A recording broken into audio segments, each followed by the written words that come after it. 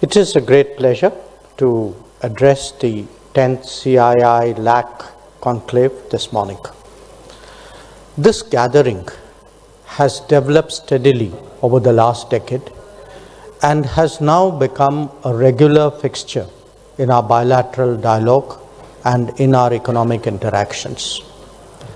Its significance can be gauged from the presence today of senior leaders from, I believe, 15 nations of Latin America and the Caribbean. And as in the past, I'm confident that their visit, along with the official and business delegations accompanying them, will be productive and will contribute to the further deepening of our relationship. Before we look at the potential of India-Latin America-Caribbean cooperation, a few words about the global economic scenario would be in order.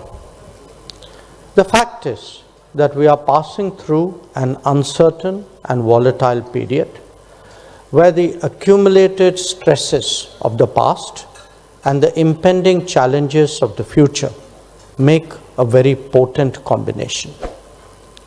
We are all developing countries and therefore among those most impacted by the long-term consequences of the COVID pandemic. Indeed, the catastrophic impact of that event is hard to overstate. It has set back realization of SDG targets very considerably. On top of that, the implications of the Ukraine conflict for food, fuel and fertilizer security have been additional stress points.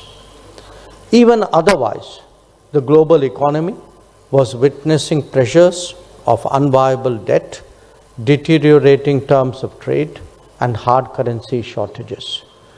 The cost of borrowing, particularly for developing countries, has been exorbitant. This challenging backdrop is the reality that we must recognize as we explore new forms of cooperation. The economic lessons from these happenings are also something that we need to take into account. Clearly, there is a need to de-risk the global economy from the dangers of over-concentration in any single geography. But we also need to build reliable and resilient supply chains. At the same time, because we have now moved decisively, irrevocably into the digital era, we need to ensure trust and transparency when it comes to selection of partners. Where India's collaboration with Latin America and the Caribbean are concerned, there are some areas of special priority as a result. First and foremost, our partnership must address the needs of health security. India is a major player when it comes to pharmaceuticals and vaccines. We are today prepared to not only export competitively, but also localize production where necessary.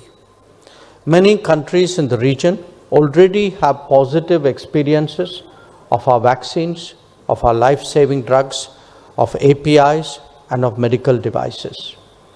We have also developed the concept of Jan Aushadhi Kendras, which is like a people's pharmacy, that increase accessibility and affordability of medicines. Many of us have a well-established heritage of traditional medicine, facilitating technology flows, harmonizing regulations, recognizing pharmacopoeia, and promoting mobility of talent are among the possibilities that we should encourage. Now, both COVID and conflict have brought home to us the importance of food security. Disputes in faraway places have actually exacerbated hunger in many homes.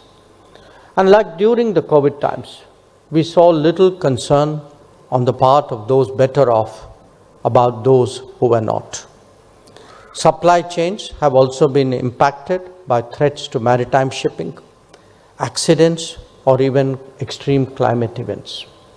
Since this involves such basic needs of society, the world is ideally looking for self-sufficiency. But if not, at least for close and reliable shoring. Latin America and the Caribbean are regions blessed by nature.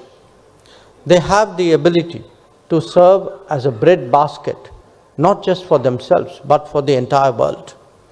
But to realize their full potential, there is need for better technology, for greater productivity, for logistics, for post-harvest storage, and for more food processing. Advancements like drones, nano-fertilizers, and AI applications can make a big difference. These are some of the prospects that we need to explore collaboratively. The quest for energy security ranks only next to health and food security. LAC is a prolific producer of energy whose real capabilities are only now beginning to be visible. India, on its part, will actually be accounting for the largest share of new energy demands in the foreseeable future. So tying up as a reliable supplier to the fifth largest economy, probably the third by the end of the decade, makes eminent sense. Modern day transportation ensures that no source of supply is too far. Our shared interests extend beyond orthodox fossil fuels to biofuels and to renewables. Initiatives like the International Solar Alliance or the Global Biofuel Alliance are noteworthy in that context. Let me also add that energy cooperation can be a two-way street. Indian companies are active in power transmission. We can also contribute to strengthening the renewable sector and perhaps even the civilian nuclear one in the future. So, ladies and gentlemen, India is today, in many ways, a pioneer of digital public infrastructure. In the last decade, we have veritably seen a transformation in the quality of governance and the efficiency of services delivery as a result. This has not only dramatically reduced leakages, but enabled limited resources to be deployed across a much vaster societal expanse. It has always been our approach to share experiences and capabilities, especially with our fraternal countries of the Global South. We would be open to engaging in collaborative endeavors in the digital domain so that its benefits can also be availed of in Latin America and the Caribbean. Mining has long been a core economic activity in Latin America. Many Indian companies have established themselves in this area through their investments and other activities. They range from aluminium and copper to precious metals. In recent years, there is also interest in lithium resources and other minerals relevant to semiconductors and electric mobility. Logistics is a natural corollary to any economic activity.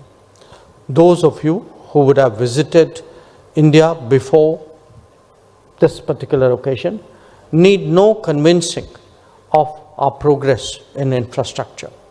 For those here for the first time, do appreciate that we are currently building about 10,000 kilometers of highway and 4,000 kilometers of railway annually. Our airports have doubled in the last decade, while our metro systems have more than tripled in that period. Whether it is power grids or water pipelines, Indian companies have developed formidable capacities that they can now deploy abroad. We can be your reliable partner in all these domains. In recent years, India has also emerged as an increasingly competitive defense exporter. We have by now a track record of supply of radars, helicopters, maritime surveillance aircraft, offshore patrol vessels, artillery, and ammunition. Our products are sturdy and easy to maintain. In many ways, we can meet the requirements that emanate from your particular environment. Like Latin America and the Caribbean, India is also rapidly becoming a middle-class society. Quite often, aspirations and lifestyles move ahead of actual incomes. But what it does in multiple domains is to position India as a competitive source for the consumption demands of that economic group. From small cars to two-wheelers, from pharmaceuticals to smartphones, we can today really compete with the best of the world. There is a growing complementarity between our economies that the political leadership can help accelerate and consolidate. Our bilateral trade today has reached the annual range of about $35 to $40 billion annually. These numbers have a real potential of increasing if we make sustained efforts. Stronger cooperation between policymakers and business community will surely yield results. The investment story has also begun to take off in both directions. Here too, there is cause for greater optimism. Let me add two other factors because they both characterize our current I would say development and initiatives in this country, as well as reflect the priorities of my own ministry. One pertains to the startup and innovation culture. I think if the visiting ministers and business people spend a little time, this is probably the biggest change which has occurred in the last few years. And you can actually feel the startup energy in this country. It is again, I think, an area that we need to explore more actively with our international partners. The second refers to projects that we undertake. I think there was a reference both by Mr. Banerjee and Mr. Mukundan to that. India today has roughly about 80 development partners, 80 countries with whom we work on projects. And we have delivered more than 600 significant projects across the world. Many of them are in Latin America and Caribbean. I've had the privilege of visiting some of them myself. Some of them are big. They are infrastructure projects, roads, for example, or power grids. Some of them may be much smaller. They may be community projects. But I again want to highlight that as an area of cooperation, something that we would like to take forward. We are actually, I think, even during this conclave, advancing it with some of our partner countries. So let me conclude by saying this, that last year while visiting the LAC region, Prime Minister Narendra Modi announced the development of a portal, partnerindia.org. It would focus on the 5 T's: trade, technology, tourism, talent, and tradition. Once developed and boarded, it would be the port of first call for those who are keen to engage with each other.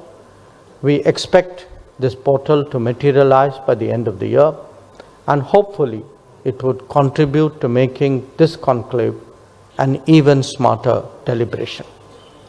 So again, I want to say we appreciate very much the presence of all the visiting leaders, of their delegations. I would particularly like to acknowledge and appreciate the efforts of Team CII and Team MEA. As we now move into the second decade of the India-LAC conclave, I'm confident that this would emerge as a key platform to energize a partnership that is increasingly productive and consequential. I thank you for your attention.